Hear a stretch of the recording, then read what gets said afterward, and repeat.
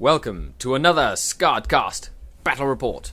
Today, 1,000 points of Dark Eldar will be facing off 1,000 points of Orks against, once again, my brother, Redeemer. Welcome back, guys. We are going to have an exciting battle today. Heading off the Orc side, we have 25 boys with a knob with big chopper and 2 big shooters.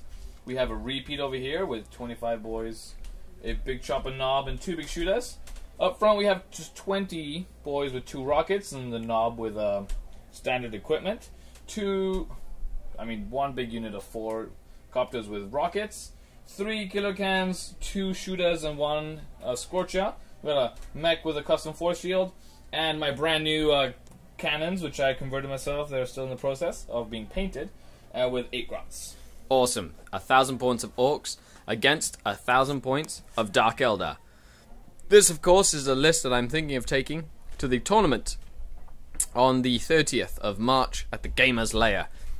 We have an Archon with a Venom Blade and 4 Incubi in a Venom, 2 5-man Witch units with Haywire Grenades and Venoms, 6 Reaver Jetbikes with 2 Heat Lances, a 9-man Warrior Squad in a Raider, a Ravager with triple lances and night shields, and a 10-man warrior squad with a splinter cannon. That's 1,000 points of Dark Eldar. Stay tuned as we get started on this next installment of SkaredCast Battle Report Mania. 20-man boy squad with double rockets and a knob. 25-man boy squad with 2 big shooters, knob, and the big mech with a custom force field. The cannon in the building, and the cans on the flank with a 4-man Deathcopter unit in outflanking reserve, and another 25-man unit regular reserve. The Dark Eldar have deployed 10 Cabalite Warriors with a Splinter Cannon by this Gravwell generator objective. The mission, of course, is Emperor's Will, so there's one objective there, one objective up the field behind this building. We also have 2 5-man Witch squads with Venoms, and an Incubi squad with an Archon and a Venom. My Warlord trait was counterattack for me and my unit within my own deployment zone, while the Big Mech's Warlord trait was every unit within 12 inches adds +1 to their charge range, which is kind of awesome. In reserve I have the 9 Reaver Jetbikes, the 6 Reaver Jetbikes, and a 9-man Warrior Squad with a Blaster in a Raider. We'll be back after Ork, turn 1. The Orks advanced. This mob on the far flank moved and ran 5 inches up. The Orks with the big mech advanced forward methodically. We haven't rolled to see what that is yet. We're going to roll on camera. Dun dun dun dun dun dun dun dun.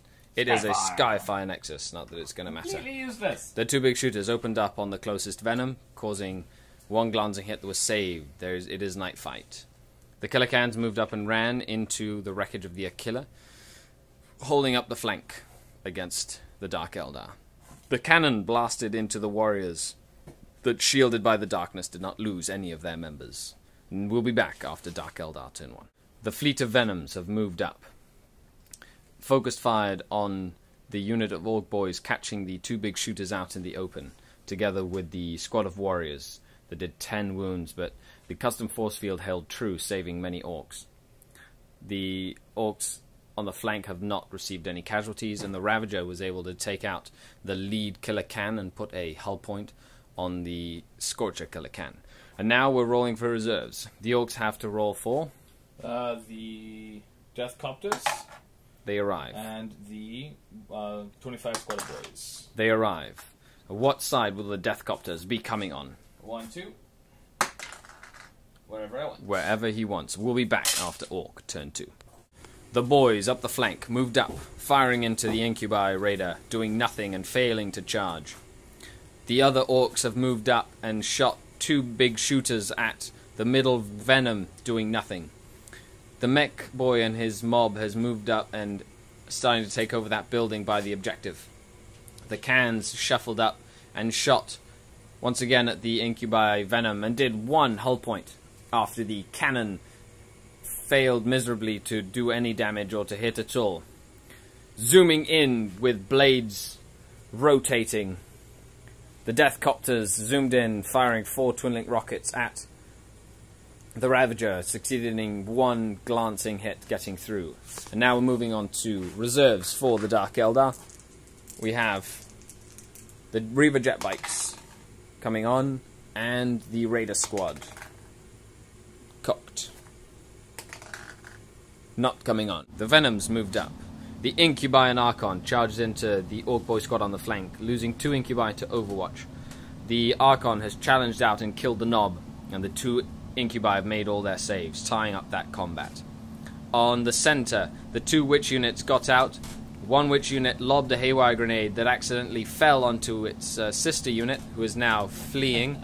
They charged in and lost combat horribly, losing 2 of their number to Overwatch. The Orks lost 2 Orks in the ensuing combat. On the far flank, the Dark Eldar have claimed first blood by wiping out the Death Copters as the Reaver Jetbikes have boosted up to prevent fire from the cannon, and everything had moved up to take on the unit with torrents of fire. Now we're moving on to Ork, turn 3. The combat on this flank has seen both Incubi dead, the Shadowfield shorted out, and the Archon with 1 rune remaining, but he holds up the Orks at an inopportune time. The Orks in this building moved up, fired into the 3 witches that were running away, killing 2, forcing the other to flee. The cannon blew up that 1 Venom, and the other big shooters tried to take out the Archon's Venom and failed. The Killer Cans fired on this unit of warriors on the objective and failed as well. And that is all that has happened so far. We'll be moving now on to Dark Eldar, turn 3. The Archon has fallen, and the Orks have moved up a grand 6 inches. The Venoms, both Venoms moved out, focusing fire onto that Ork Boy Squad, with the warriors near the Rhino, killing all but 3 Orks and putting a wound on the Knob. They went to ground and passed their morale save. The Ravager fired into the cans, putting a glancing hit on the closest one, and the Reaver Jetbikes boosted up. The Heat Lancers took out the closest can with the Scorcher, and they jumped back in true Eldari trickery fashion. And now we're moving on to Orks, turn 4. The mob has moved up, tried to charge the Venom after failing to do any damage with the war, but failed the charge by 1 inch. These Orks charged 12 inches to get into combat with the Ravager and glanced it to death. The lone Killer Can that's left alive fired into the other Venom to no avail, and the cannon fired frag rockets into the Reaver Jetbikes through the window and door, killing 1 Reaver Jetbike. And now we're moving on to Dark Eldar, turn 4, and the Raider full of warriors in support is now arriving. The Raider squad moved up. The warriors jumped out and killed 4 of the unit, who passed their morale test. In retrospect, should have probably kept them in the Raider, and I would have got the same results. Note to self, Splinterax would be useful on that Raider. This warrior squad, combined with the 2 Venoms, ended out taking out the last of the Ork Boy mob that was hunkering in that building, gaining this unit a pain token, which means they are better contenders for holding that objective. Both Heat Lances missed the last Killer Can, as did the last Lance, meaning that Killer Can is still alive and well. Now we're moving on to what could be the last turn for the Orks, turn 5. The surviving Orks moved up, charged into the Grav World Generator, killing 5 of the Gabalite warriors who had even feel no pain. They fell back. Luckily, they haven't fallen off the table, so they might be able to contest that objective. But I need to dislodge them in order to even hold my own objective. Those Orks have proven to be quite a pain in the neck. The other Orks have just consolidated their position on that objective, and the Killer Can moved up, tried to charge into the Reaver Jetbikes, and my snap-shooting Heat Lance was able to knock it out before it got there. We're moving on to Dark Eldar, turn 5. It's getting to the end of the game, and this is getting intense as it goes. The warriors rallied, moving within 3 inches of the objective. Combined shooting of those warriors, the warriors in the Raider, and the blade veining Jetbikes, have succeeded in killing the Ork unit that had taken over my objective. Now I am in control of it. The blade-beating Jatbikes are claiming Line Breaker over there. And the 2 Venoms have, and the Raider fired into the Orks, killing 3 Orks. And now we are rolling on camera to see if it goes to turn 7. And it doesn't. Turn 6. It ends turn Good game. 6. That was really close. That was ridiculously close. But oh well. It didn't go on. So we have, for the Dark Eldar, 3 points from that objective, First Blood, and Line Breaker from the Reaver Jatbikes, totaling 5 points. For the Orks, we have 3 points for that objective, and Warlord, Slay the Warlord, for 4 points, for a 1-point swing towards the Dark Eldar right at the end of the game. Joaquin, Redeemer, do you have any last-minute comments? It was a really good game, actually. I wish the the cannons would have had more of a field of fire. This building was quite restrictive that way. I also hope that the killer cans would have done a little more damage. For example, failing this, losing the can to the overwatching heat lance was annoying, but such is the game. And it was just really fun to see a small Ork mob just kind of sweep through the flank, taking on the Archon, the Incubi, the Raider, and the whole unit on the objective. So it was a overall good game, and yeah. So it's unfortunate I had to end turn 5. Well, the Dark Eldar like it, fast and furious, and that is how it ended. Make sure you stay tuned for the Tactical Corner, where I will go over a few of the tactical notes that I like to make sure I go over for the game. So this is the list I'm thinking for 1,000 points for the tournament in a week.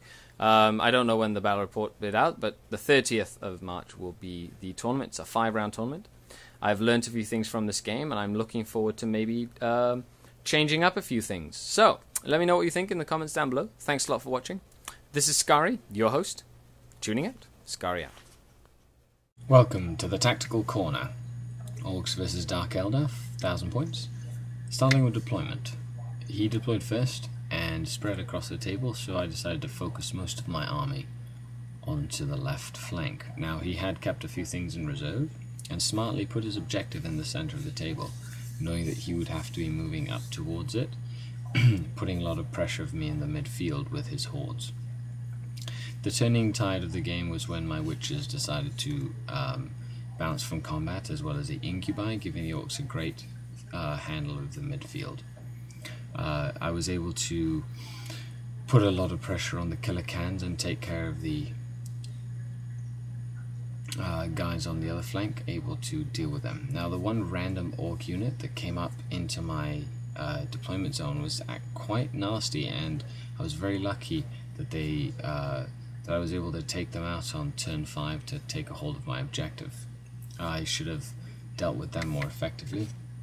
At the end of the game, those Reaver Jatbikes won me the game by boosting back into the flank. Now, I didn't contest, just in case it went another turn.